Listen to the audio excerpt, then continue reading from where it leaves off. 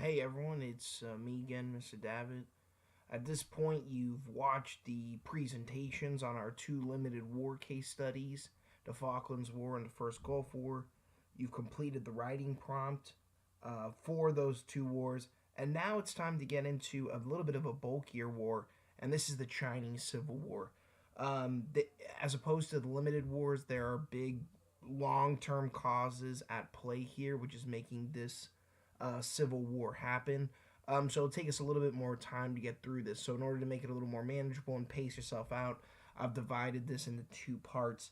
The first part is going to kind of give an overview of the causes, look a little bit at the fighting, and then we'll go into the second part, which will see kind of the conclusion of the fighting and the overall effects. So, anyways, that's the way this will kind of go. Remember, this is a civil war, and this is your first case study in civil wars. And remember, your second case study, the Russian Civil War, you'll be looking at through David Bullock's book or through the other research you do, where you're going to establish the overall causes, the fighting, and effects. So that will cover case study number 2 for your civil wars. In addition, regionally, this civil war is from Asia. So just in case you get a question on the exam that says you need to pick wars from different regions, we just want to remember what regions we are. Remember, after you do this online module, you will have a war from every single of what we call the IB regions. So this is in regards to Asia. As we've done with the other wars, let's give some background and some overview on what we're talking about when we get to the Chinese Civil War. So the Chinese Civil War has two parts. Fighting starts in 1927, and then we'll go to about 1937, and then fighting will resume in 1946 through 1949. Now you might be looking at that and wondering why fighting stops. Well, if you think about what we've talked about so far, there's a big moment that happens that's going to affect China, and that's going to be the invasion of Japan, which is going to start, or the invasion by Japan, excuse me, which is going to start World War II in the Pacific and in Asia. And so when that happens, the two sides fighting each other, the communists and the nationalists, are going to decide that it'll be time to come together, fight off the Japanese, and then deal with their internal problems.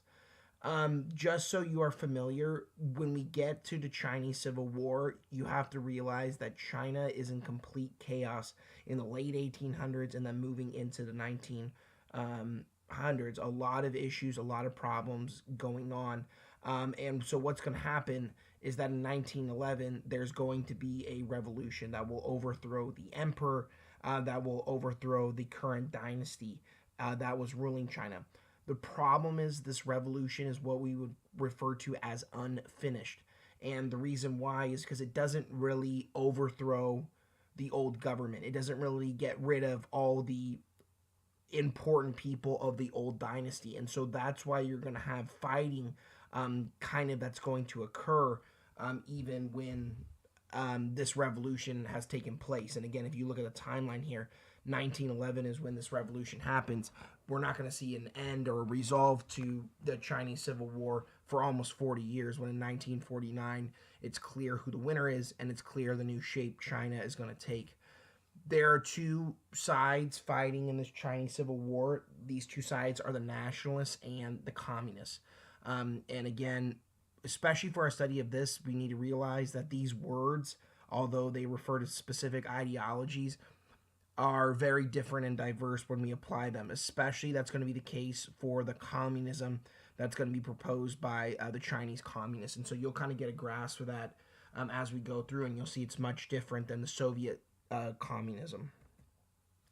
Now, again, what's going to happen here is what is going to occur is that after this civil war is ended, the rule of China is going to be completely different, and it will be communist in control. So again, that's what's kind of crazy. And so the civil war is all about who is going to be the next ruler, who's going to be the next leader of China. What is the direction this new Chinese country is going to take now that you've overthrown the old dynasties, the old emperors, etc. This civil war is not really like the Falklands War, where we kind of say, some political effects, etc. the effects of the Chinese Civil War are massive. And these effects are not only going to be on China, again, for China, this is huge because what we're going to see here is that the way China goes and the ruling of China is going to go in a completely different direction. This is also going to have a massive effect on the international stage. Again, if you look at the timeline here, 1949, it's the very beginning of the Cold War. And so when China becomes communist, again, spoiler alert, hopefully not, but okay, whatever. You have to realize that that is going to create a lot of anxiety for the United States and for the Western powers. And it's also going to give some optimism to the Soviet Union. However, as you'll see throughout the course of this year, that optimism is really not going to last long. So that's kind of an important thing to be looking at. Now, the first thing that we want to look at are the long term causes of the Chinese Civil War and why the Civil War kind of comes about. Well, our biggest kind of start to the Civil War for China would be the late 1800s into the early 1900s when China was being ruled by a dynasty known as the Manchu dynasty. During this dynasty, life for Chinese peasants was very tough. And the reason why I use peasants is because the vast majority of the population were peasants farming out in the countryside. They paid an extraordinary amount of money on rent, had little to no land, high levels of famine, all those kind of really, really tough stuff. So this is not a good time to be living in China. In addition to the internal problems like issues of famine, high rent, and other issues like that, there's also an external problem, and that external problem goes with the exploitation by the imperial powers.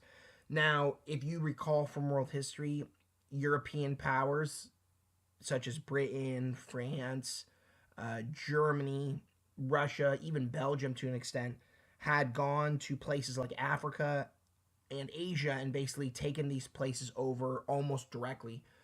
In China, it's going to be a little bit different. China will remain independent, at least in name, but in the early 1900s, what we see, and it's what is depicted on the map here, is that these imperial powers have divided China based on what we would refer to as spheres of influence. And so what this basically means is that in their given region, these imperial powers have basically full and total economic control. So even though these are, Chinese resources, all the rest of these things, these countries are taking them for themselves.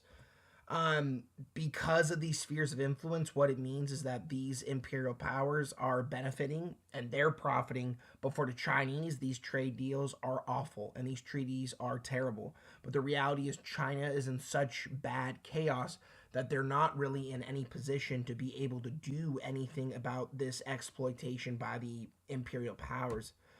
What we also see is, again, not only are we dealing with external issues in China in the early 1900s, what we're also dealing with is internal problems. And the current government, this Manchu dynasty, was plagued with corruption, plagued with other issues that was making it really impossible to fund money, to be productive, and to really create anything substantial. Now, there was an attempt in 1900 and this was like a nationalist type rebellion where a group known as the Boxers rose up and tried to rebel against the imperial powers.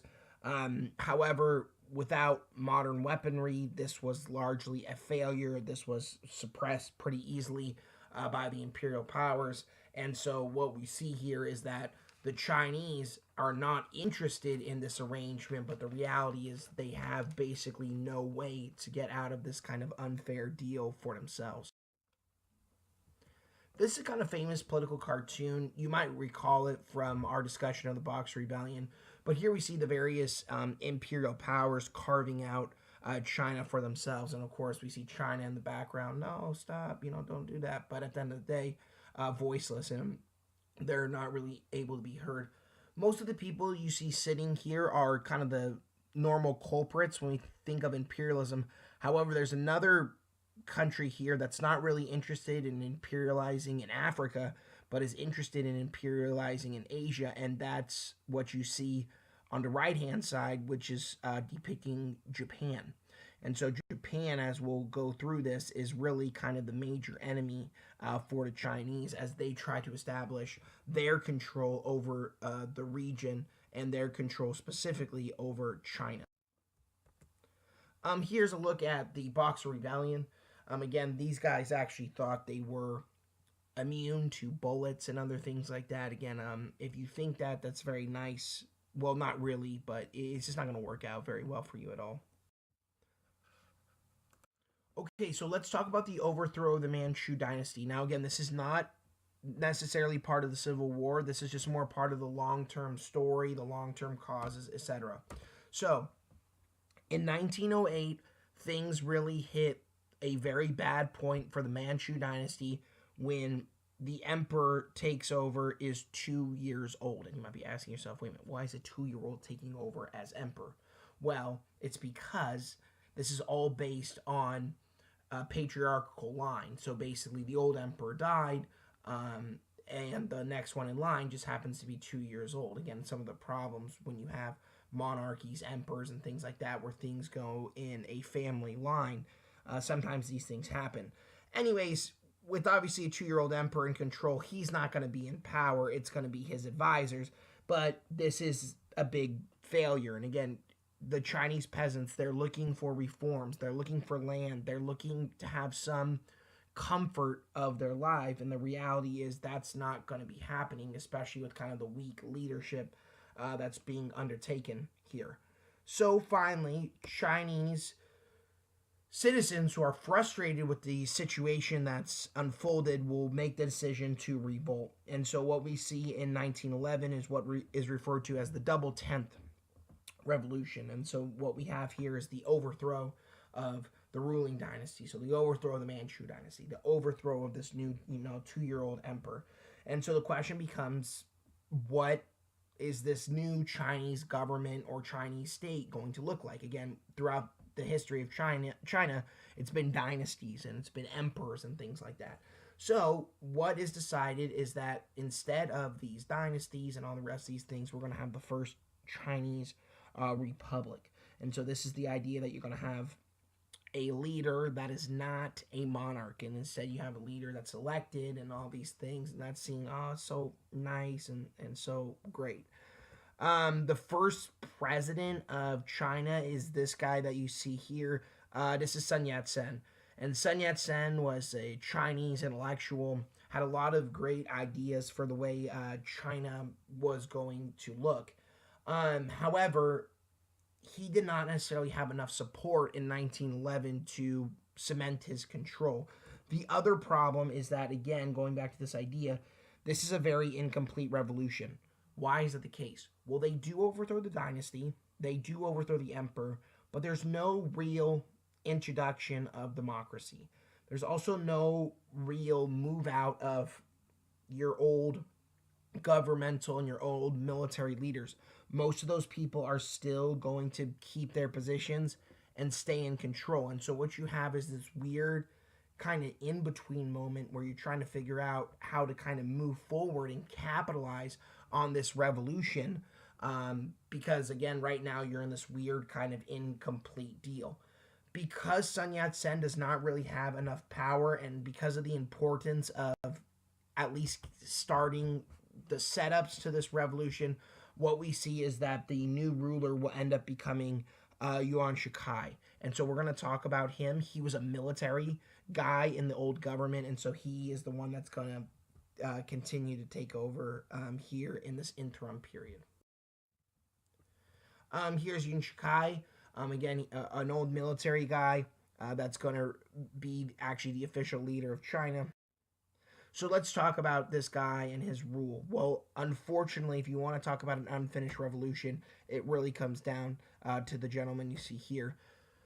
So what happens is when Yuan Shikai takes over, he becomes a military dictator. And so again, if you want to talk about not really progressing or not really making strides towards a revolution, the rule of Yuan Shikai is pretty indicative of that dynamic.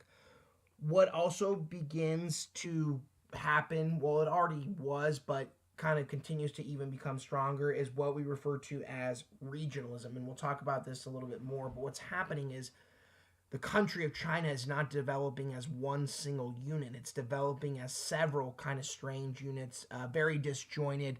And instead of having allegiance to one ruler or one Chinese republic, which is now what this has become, you have allegiance to a local leader, and you have allegiance to a local region. And so that's very problematic if you're trying to get everyone on the same page and getting everything together.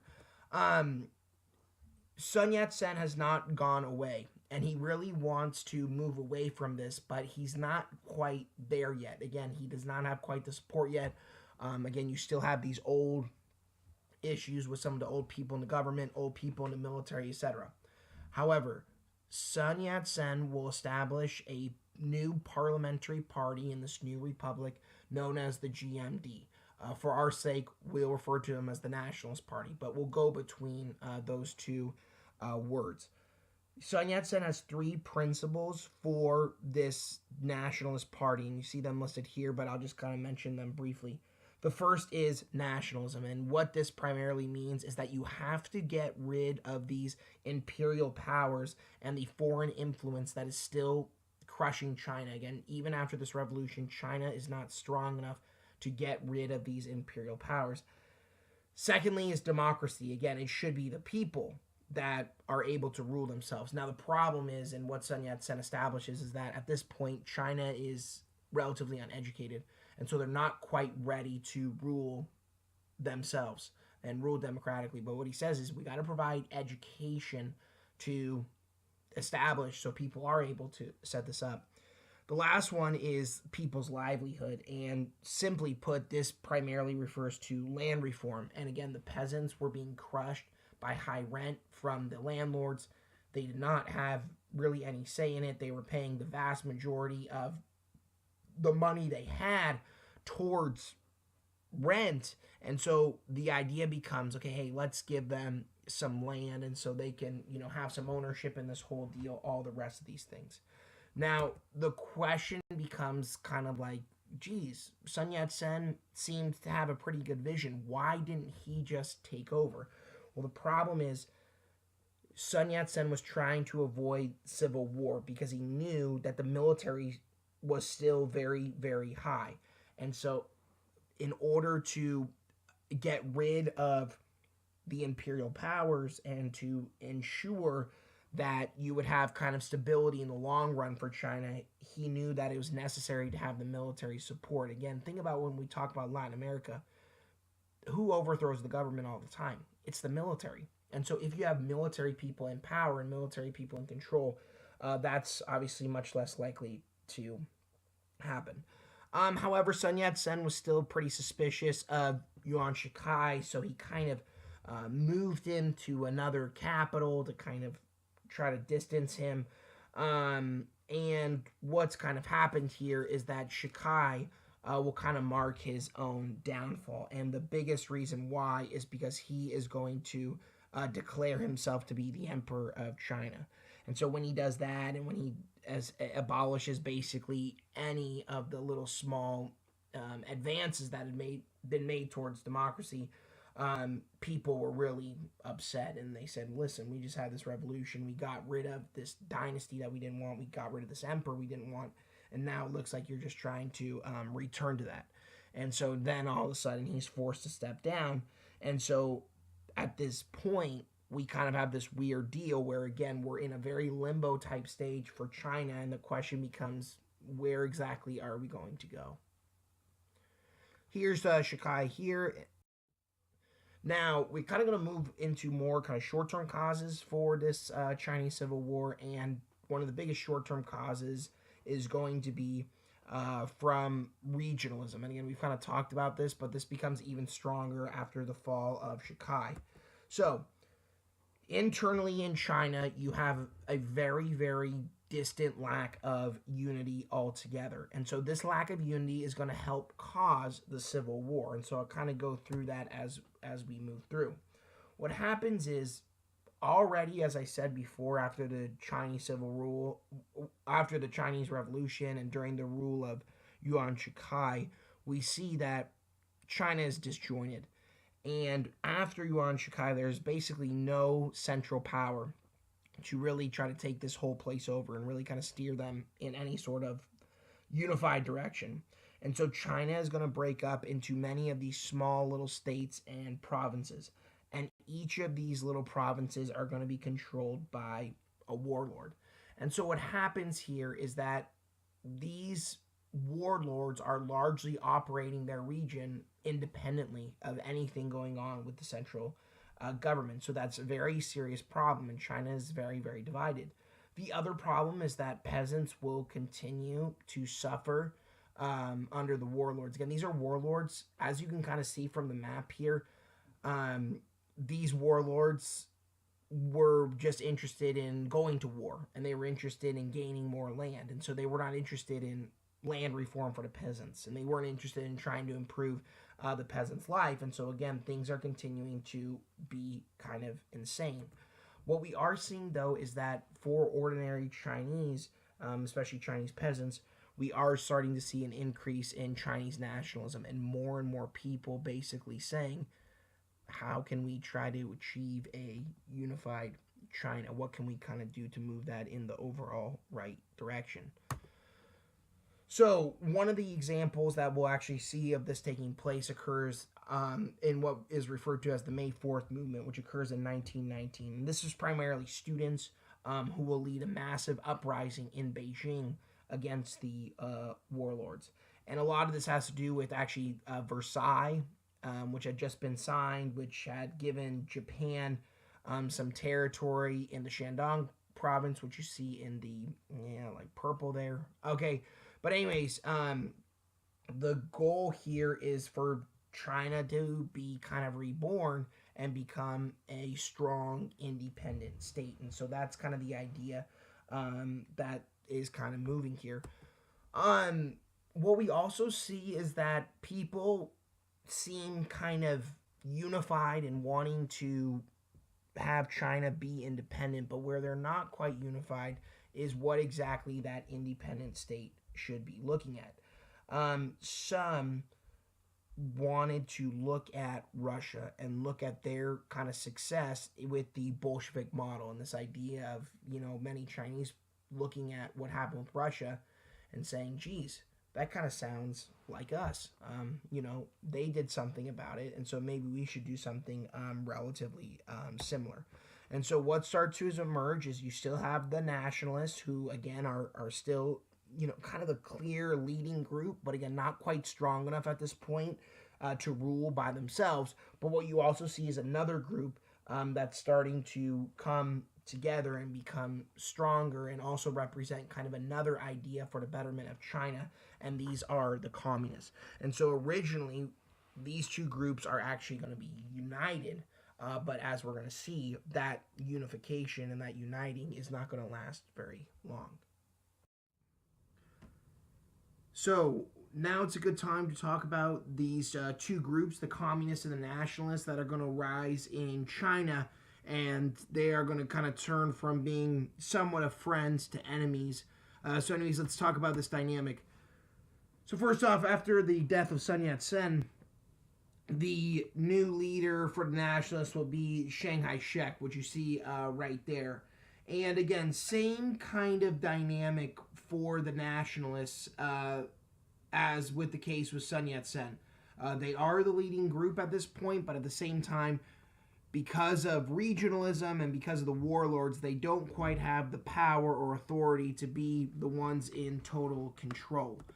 At the same time, in the early 1920s, there's a new group that's emerging in China, which is the Chinese Communist Party. Some of the viewpoints of the two groups are similar. However, there are obviously some differences, and we'll kind of talk about those as we go through. But this idea of ideology as playing a big role into the Chinese Civil War is definitely something that you want to be looking at.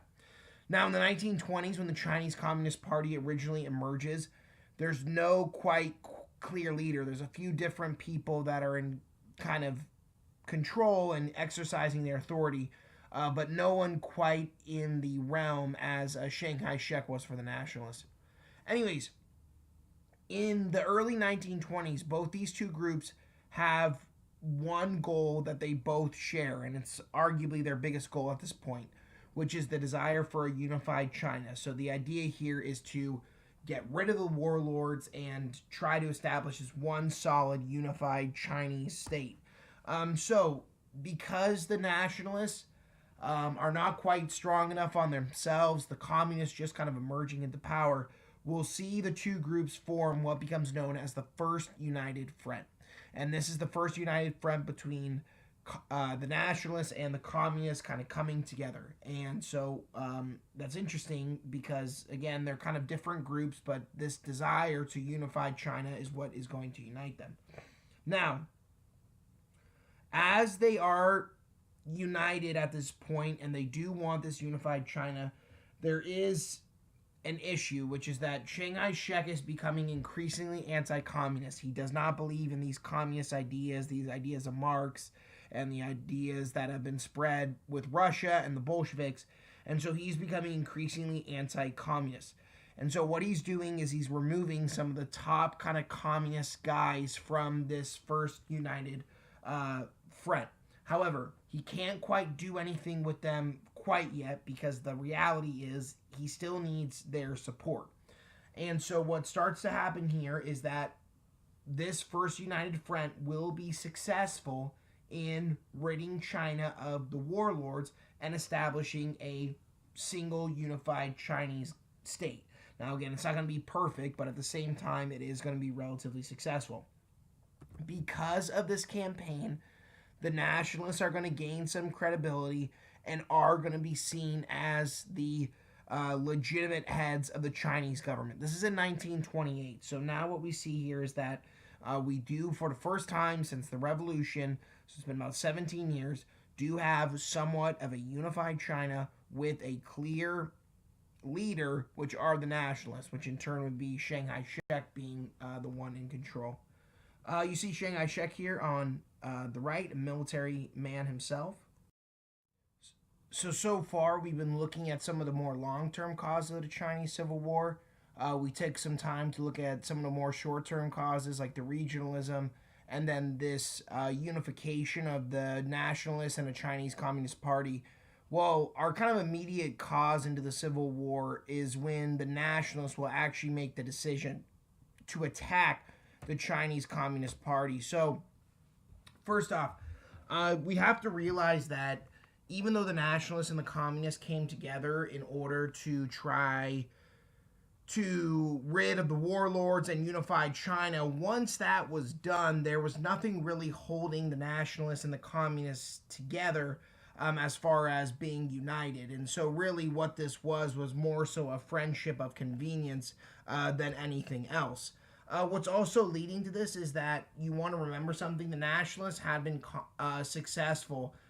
They had been successful in uniting China, but it's arguably to be said that they would not have been successful without the help of the communists. The other thing is that the promise of communist programs like land reform and things had given the nationalists some more support. And so because of that, Chiang Kai-shek was very skeptical and very nervous, and he was very afraid that there was a potential for the communists to become more popular than the nationalists. And so what happens next is that he is going to try to do everything he can to get rid of the communists. So first off, he expelled all communists from the GMD, basically saying you are not in any positions of power. You got basically almost refusing to acknowledge that they were in large part a reason why the nationalists achieved so much success.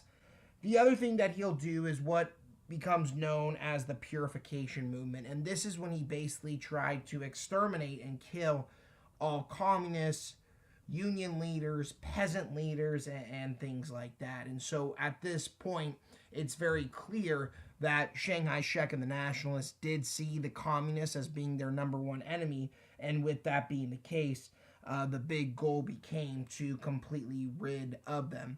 Under increasing pressure and knowing that they were not safe, the communists will make the decision to flee to the Chinese city of Jiangxi, Once they flee there, what we have is the official start to the Civil War. Once the nationalists pursue them and basically seem bent on getting rid of all communist influence in China. Again, this is going to be the start of the Civil War. So officially by 1928, with the decision of the nationalists to attack the communists and to try to get rid of them as best they can, this is what's going to officially start this war. See this image on the right of the purification movement. So the communists are going to flee to Jiangxi. Once they do, the question becomes what exactly is going to come about. Well, the communists know that they need to retreat to try to survive this massive amount of violence that they are now experiencing. And so where they flee becomes known as the Jiangxi Soviet.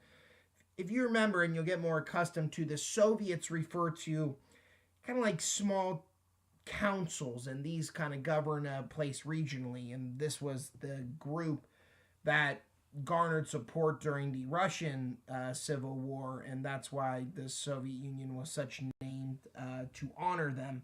But either way, what's happened here is that basically the communists are confined to this relatively small place, just hoping to kind of regroup here and survive. But what they know is that right on their track and right behind them are the nationalists, who are basically have all-out orders to try to do everything they can to exterminate the communists at all costs. What's starting to happen is that, again, with such pressing times, we kind of need a leader. And so who is beginning to rise through the ranks of the communists but a man by the name of Mao Zedong? Now, we're going to spend a whole unit on Mao Zedong, so I don't necessarily want to get too much into his background as far as where he's from and all the rest of these things, but he is becoming this big leader in the Communist Party. Now, it's important to realize that many still believe that amidst everything, the only way the communists could survive was if they partnered up with the nationalists. Mao was very persistent in saying that if the communists worked with the nationalists, there would be no way they would survive. And instead, what would happen was they would be in a ton of trouble, they would be destroyed, etc. Now, there's also some things that you also want to realize that make Mao a little bit different than other Soviets, other communists, especially those higher ranked within the Communist Party.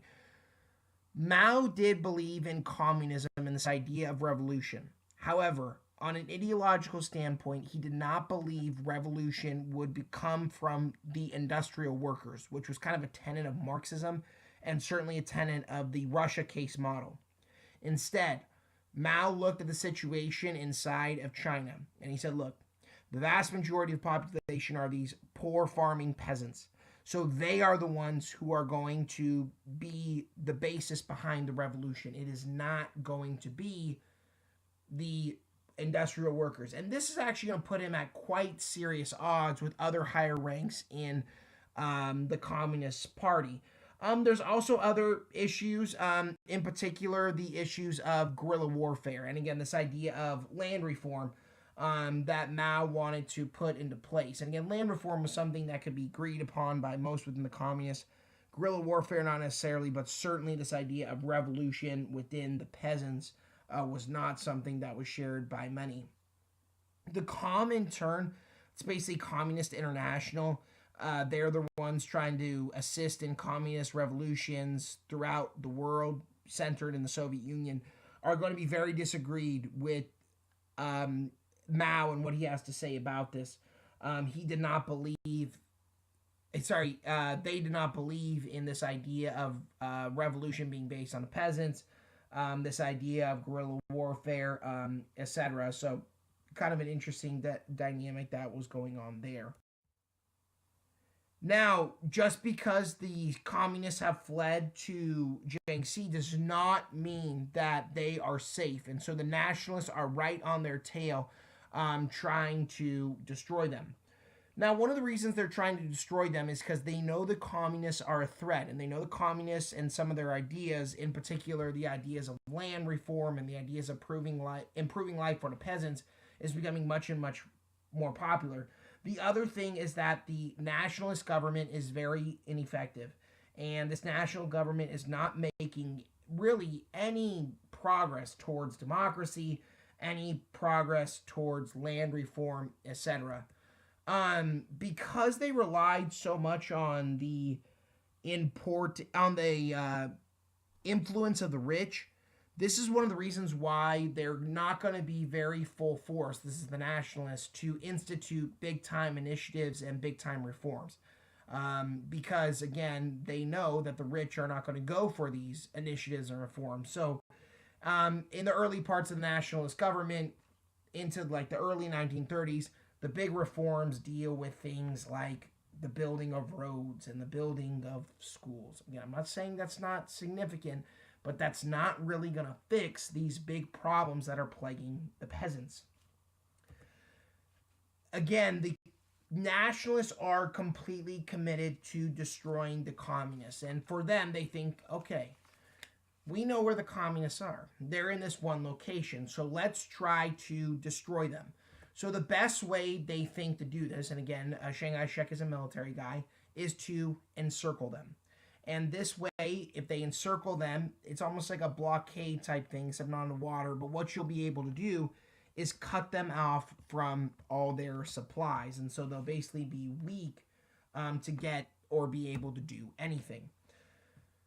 Now, the communists know that this is a serious threat, and they know that the odds are stacked against them, and so they know that they need to build up their own army. And so what we see is that the communists will build up their own fighting force known as the Communist Red Army. Again, makes sense. Communism always associated with the color red. We wouldn't expect nothing less from the China model. However, amidst a numbers disadvantage, with the nationalists sending in on some of these encircle campaigns 100,000 troops, 300,000 troops, 400,000 troops, all the rest of these things, the communists are able to prevail and defeat them. And probably one of the biggest reasons why has to do with guerrilla warfare. Because the communists were familiar with the terrain of Jiangxi, they were able to basically use this to their advantage. What they were also able to do is get the support of the peasants, which meant they could choose the place and the timing of their engagement. So at least for now, they're able to survive. The biggest defining moment for the Chinese Civil War, at least for the first part of the Chinese Civil War, comes with what is known as the Long March. And this is a defining moment for the Civil War, as well as a super defining moment for Mao. So let me kind of explain this. So far, Chiang Kai-shek and the nationalists have basically encircled the communists in Jiangxi about 4 times. And each time sending more and more troops, but each time, because of careful strategicness, because of guerrilla warfare, and because of, the support of the peasants, they've been able to survive. Well, the 5th time is referred to as the final time, because at this point, Chiang Kai-shek basically says, enough is enough. We need to make sure we completely destroy them. So what he does is he's going to send a huge force. This time he doesn't come with 100,000. He doesn't even come with 500,000 nationalist troops. He comes with 800,000 men. They are also assisted with air cover. We have heavy artillery they bring to the fire, etc. And so, again, this shows just how committed they are to basically annihilating the communists. Now, because of the way this goes, it's pretty clear here that the communists are, the odds are stacked against them, and they are going to lose. Many communists in Jiangxi die, and basically you're at a point here where the communists, if they don't do anything, are going to be like sitting ducks, sitting in Jiangxi. Nationalists are going to be able to completely encircle them and basically just completely destroy this place. Now, it's important that you realize that Mao was not a military commander during this final campaign. And so when this loss ensues, it's not like people are blaming him because he wasn't actually involved. Other higher ranking communists were. However, Mao knows that this is not a good situation, and he knows that they stay in Jiangxi, there's no way they are going to survive. And so Mao conceives a plan, and his plan is to basically break through the nationalist lines and set up another base. Now, based on the nationalist level of control, this base is going to be relatively far away, and Mao knows that there's a lot of risk involved in here, but at the end of the day, they can't sit where they are now because it basically is going to mean total destruction. So, what's going to happen is with basically all those that are left, there's going to be what referred to as the Long March. And this Long March takes over a year, about 368 days, and will lead 6,000 miles. And as they're making this march, as you can see on the map here, it's very long, but also they're going through some of the most kind of hostile and terrible territories of China, because that's really the only way they're going to be able to avoid some of the nationalist strongholds, and so that's how they're going to be able to get there. Now, this march is going to lead to a massive amount of deaths. First off, you have to first deal with all the deaths that are going to be experienced at the onset as they try to break through the nationalist line. Again, many will not survive there, but there's also a ton more that are going to die all the way through. About 90% of the forces that leave Jiangxi on this long march will die. However, this is still very significant because at the end of the day, there are survivors, and going to the original plan of Mao, they are able to establish a new base. And so at this point, what we see here is that this has been able to be successful. They're going to arrive all the way in Shaanxi, and so once they arrive there, it's pretty significant. And now they're able to establish a new base there, and now they're able to try to kind of regroup. But at least now they have survived what would have been a massive slaughter at Shaanxi. Now, what this is significant for is a few things. Obviously, first off, they survive, and again, there's many moments along the way where they will be confronted by the nationalists, but through Mao and his military leadership and other things, they are able to be successful. The other thing, and why this is so significant, is that this does officially approve Mao and the effectiveness of his guerrilla warfare and the effectiveness of his ideas of Chinese revolution and beating the nationalists, etc. And so what we see here is that because of this, Mao now has credibility, and Mao is now going to take over officially the Chinese Communist Party. And so that's seen as a major shift and a big stepping point into making this be successful. Again, the map here, wow, this is pretty impressive. Here we see some of the long marchers, and again, this is a very brutal journey, but at the end of the day, Mao says, this is the only way we're going to be successful. We can't stay here in Jiangxi, because if we stay here, we're just going to get completely destroyed. Now, what will kind of take place for the rest of the war is Mao's leadership leading to revolutionary warfare. And there's some kind of stages to this that we'll kind of talk about briefly. But basically, what happens is now, because of the Long March, Mao is the clear leader of the Chinese Communist Party. And so because of that, he is able to kind of put into place his ideology in specific regards to revolutionary warfare. Now, this ideology, again, goes back to the idea of the peasants leading the revolution, guerrilla warfare, etc. But there's more kind of dynamic mentalities that are going on here. But overall, the biggest idea that you want to be thinking about here is that now what he wants to do is gain more support from Chinese people. Again, based on where the communists are, they occupy a very small base of support at this point in the 1930s. The nationalists occupy a much bigger base of support. So what he's going to try to do is say, hey, look, if you're Chinese peasant, you have kind of two options. You can stick with nationalism and you can kind of continue the way things are going, or you can go to communism. And in the communist model, we're going to have a restructuring of society. We're going to have land reform. We're going to restructure the government, etc. And again, he's trying to make people realize that, yeah, maybe communism is a little bit of a risk, but it makes the most sense for the Chinese people. So a couple of what Mao wants to do. First off, he wants to set up base areas, and what this means is basically where they already are in support, getting peasants there, educating them in his communist ideology, and hoping that this will spread later on.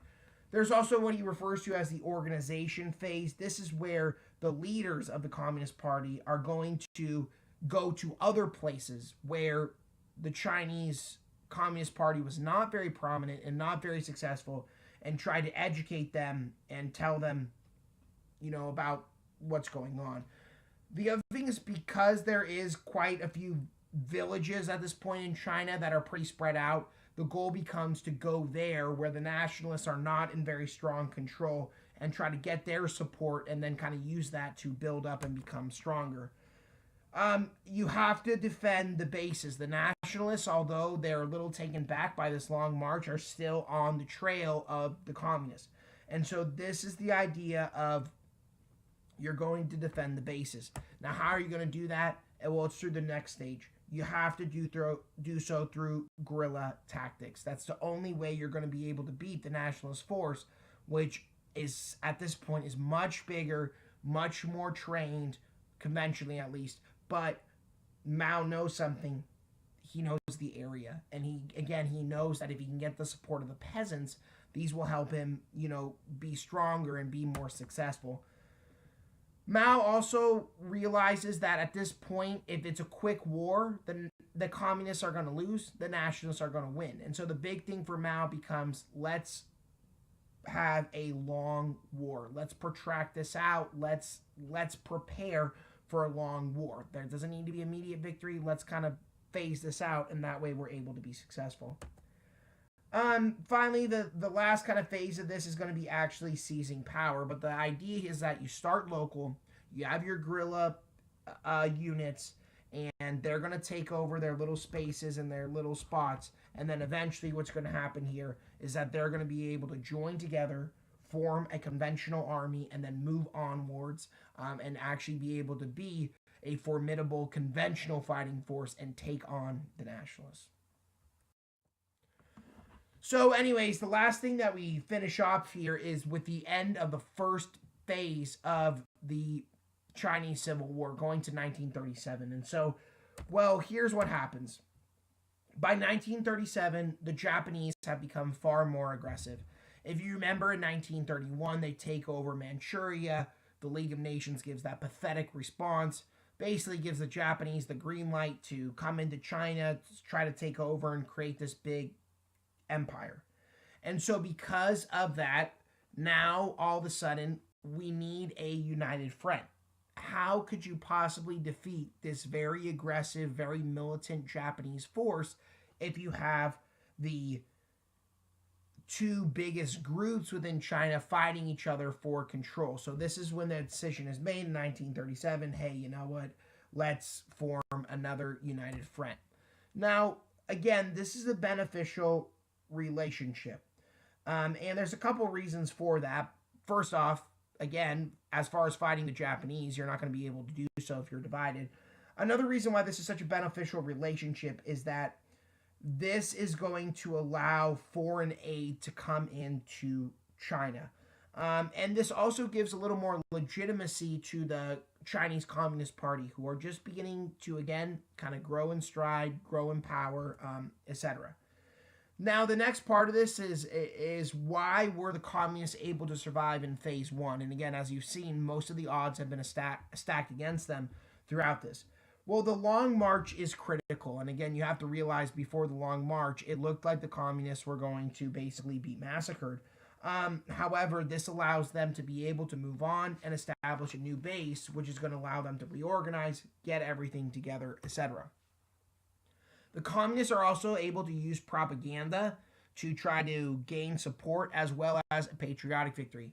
Again, communism is a pretty intense ideology. It's a pretty tough belief system, but the goal here is not necessarily to be all intense and all kind of crazy about communism, but what you're able to do is play this as a patriotic victory. And what you're able to do is say this is for the benefit of China as a whole. And you kind of start there, and then you kind of move into some of the more revolutionary stuff, namely with the people who might be opposed to this in the long run.